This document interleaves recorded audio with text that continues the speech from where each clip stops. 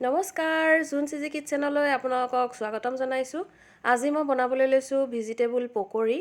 তাৰ বাবে মই বন্ধাকবি অকণমান মিহিকৈ কাটি লৈছোঁ, পিঁয়াজৰ নল এডালো মিহিকৈ কাটি লৈছোঁ, পিঁয়াজ এটাও কাটি লৈছোঁ, কাটি হাতেৰে মোহাৰি তাৰ পাহিবোৰ গুচাই লৈছোঁ, গাজৰ এটাও পিহনাত ৰুকি লৈছোঁ, মটৰ কেঁচিয়ামানো লৈছোঁ, কেপচিকাম লৈছোঁ আৰু ফ্ৰেঞ্চ বিনো মিহিকৈ কাটি লৈছোঁ, কেপচিকামো মিহিকৈ কাটি লৈছোঁ। গোটেই পাচলিখিনি আপোনাৰ নিজৰ পচন্দৰ কথা, ইয়াত আপুনি ফুলকবিও দিব পাৰে, কিন্তু গোটেইখিনি যাতে সমানে কাটা যায়, যাতে ভাজিলে গোটেইখিনি সিজি যায়। ফুলকবিটো দি লৈ আৰু ডাঙৰকৈ দি বাকীখিনি মিহিকৈ কাটিলে পিছত আকৌ এটা সিজিব এটা নিসিজিব, পিছত আকৌ নক'ব যোন তুমি নকলা। এই গোটেইখিনি মই বইল এটাত দি দিম। বৰ্তমান বজাৰত বিভিন্ন ধৰণৰ পাচলি উপলব্ধ, বজাৰলৈ গ'লে কি লওঁ কি নলওঁ লাগে, কিন্তু ঘৰলৈ পাচলিখিনি লৈ অহাৰ পিছত ল'ৰা ছোৱালীয়ে যেতিয়া মুখখন বেকা কৰি দিয়ে মনটো বহুত বেয়া লাগি যায়। নিজৰ মনটোও ৰাখিব লাগিব, ল'ৰা ছোৱালীৰ মনটোও ৰাখিব লাগিব, সেই বুলি ভাবিয়ে মই এই ৰেচিপিটো বনাইছোঁ। পকৰি সকলোৱে ভাল পায়। ঠাণ্ডাৰ বতৰত সন্ধ্যাৰ চাহকাপৰ লগত পকৰি খুব ভাল লাগে। ইয়াতে এতিয়া মই মিহিকৈ কাটি লোৱা ধনিয়া পাত দি দিছোঁ আৰু কেঁচা জলকীয়া দুটাও দিছোঁ মিহিকৈ কাটি লৈ। জলকীয়াটো নিজৰ হিচাপত দিব, যদি জ্বলা বেছি খায় দুটা বেছিকৈ দিব, কমাই খালে এটা দিব। জলকীয়াৰ জ্বলাই যদি অসুবিধা কৰে তেতিয়াহ'লে আপুনি জালুকৰ গুড়ি দিব পাৰে। আদা পিচা দিছোঁ চাহখোৱা চামুচৰ প্ৰায় আধা চামুচ, আদা অকণ পকৰিত হ'লে বহুত ভাল লাগে।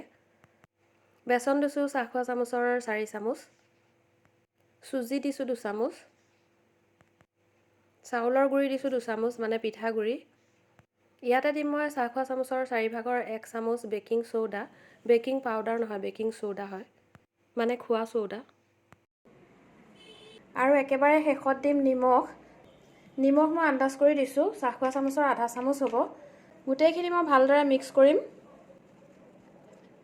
নিমখটো সদায় নিজৰ আন্দাজত দিব। এই গোটেইখিনি মই শুকানে এনেদৰে ভালদৰে মিক্স কৰি লৈছোঁ।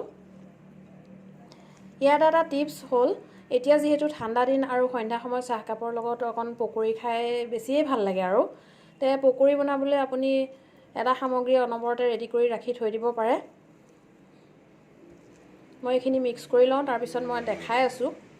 এইখিনি মই ভালদৰে মিক্স কৰিলোঁ। এতিয়া এইখিনি এনেকৈ থাকিবলৈ দিম। যিহেতু মই নিমখ দিছোঁ, পিঁয়াজ আৰু কবি দুয়োটাই পানী এৰিব।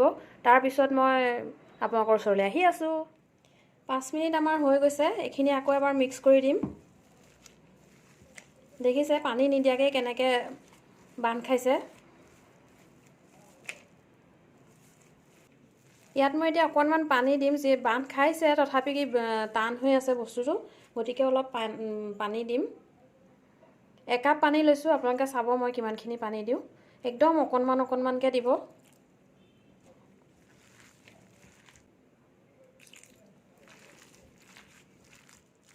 খুব ধুনীয়াকৈ মিক্স কৰিব। মই একেকোবে পানী দিয়া নাই, অকণমান পানী দিছোঁ। 1 কাপ পানী লৈছিলোঁ, চাওক কিমানখিনি পানী গৈছে, আধা কাপমান গৈছেহে। ইয়াতে দিম মই food colour, yellow' food colour লৈছোঁ মই। 2-3 টোপমান ফুড কালাৰ দি দিম।